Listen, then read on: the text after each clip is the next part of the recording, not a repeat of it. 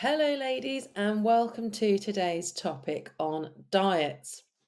So, diets can have a massive impact on any part of our lives and our health, but particularly during menopause, because when hormones start fluctuating, we can be more susceptible to insulin intolerance, so we can become pre diabetic, cardiovascular disease and osteoporosis. So it's really important that at this stage of our lives that we start looking more into diets and looking after ourselves. So even if you're taking HRT, diet can still really, really help. Or if you're somebody that's choosing not to have HRT or you're not able to have HRT, diets are another way of reducing symptoms. So no one should have to just put up with symptoms or suffer with symptoms. So diets that can really help. First of all, we've got anti-inflammatory diets. Um, this is because menopausal changes can be associated with increased inflammation in the body, contributing to symptoms and potential health risks. Foods that help reduce inflammation can offer a proactive approach to menopausal well-being. So here are some examples of foods that can help and foods that can cause inflammation. So we've got one anti-inflammatory foods, things like these, obviously not exhaustive, these are just some examples, but tomatoes, olive oil, green leafy vegetables such as spinach, kale, and collards, nuts like almonds and walnuts, oily fish, in particular for omega 3s, can really help reduce inflammation. So things like salmon, mackerel, tuna, and sardines. And then fruits such as strawberries, blueberries, and oranges. This is because you don't want fruit that is too high in sugar. So generally, that the berries are better to have.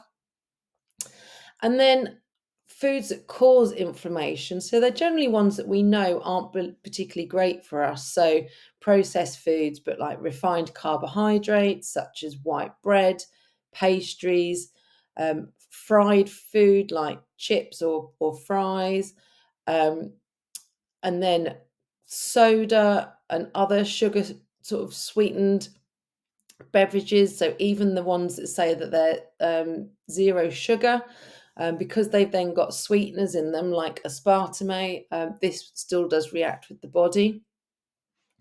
And then sort of processed meats, so sort of red meat like burgers or steaks, or processed ones like hot dogs, sausages, um, can have an inflammatory response.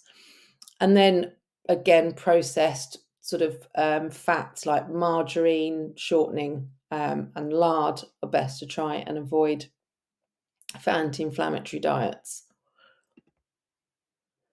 So some examples of anti-inflammatory diets. First of all, we've got keto.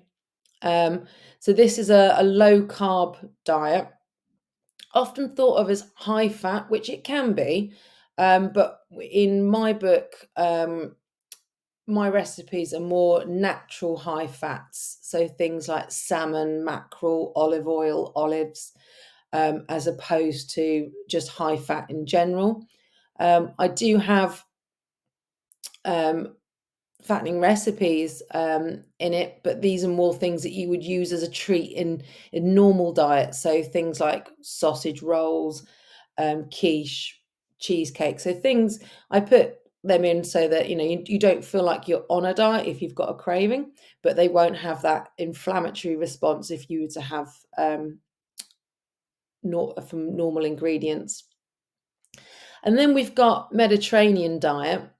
So this is like, again, lots of fresh food, non-processed, with legumes, vegetables, fish, fresh, non-processed meats. But you can also have things like rice, pasta, um, as well. And it's good that if you find the keto a little bit too restrictive, then this is another really healthy alternative to it. And then because we're more susceptible to osteoporosis, it's really important that we consume foods that are good for our bones. So, calcium rich foods like milk, yogurt, and kale can also help keep our bones healthy. So, also, that can help are a type of food called phytoestrogens. Now, these are plant based derived compounds with estrogen like activity and can play a significant role in managing menopause symptoms. It's thought of that the reason that Asian women don't get menopause symptoms as bad as what Westerners do is because they live off a very plant based diet and a very fresh sort of food, non processed diet as well.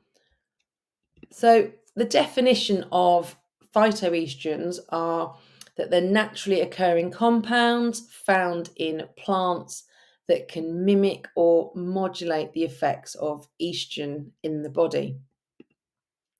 Mechanisms of phytoestrogens are that they're estrogenic effects. So, phytoestrogens can bind the estrogen receptors in the body, exerting estrogen like effects. And it's also adaptogenic properties, so can also act as adaptogens, helping to maintain hormonal balance by either enhancing or inhibiting estrogenic activity based on the body's needs.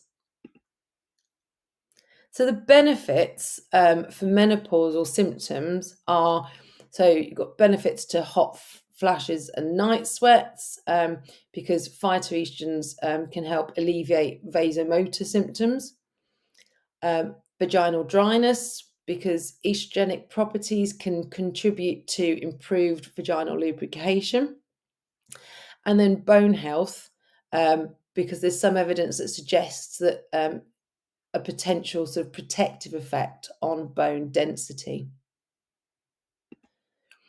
So finally, some common sources of phytoestrogens, so where you can find them are soya products, so things like tofu, soy milk, and edamame, flax seeds, whether that's ground flax seeds or flaxseed oil, and then legumes, so chickpeas, lentils, and peanuts, whole grains such as barley, oats, and quinoa, and then fruits and vegetables, so things like berries, apples, carrots, and broccoli.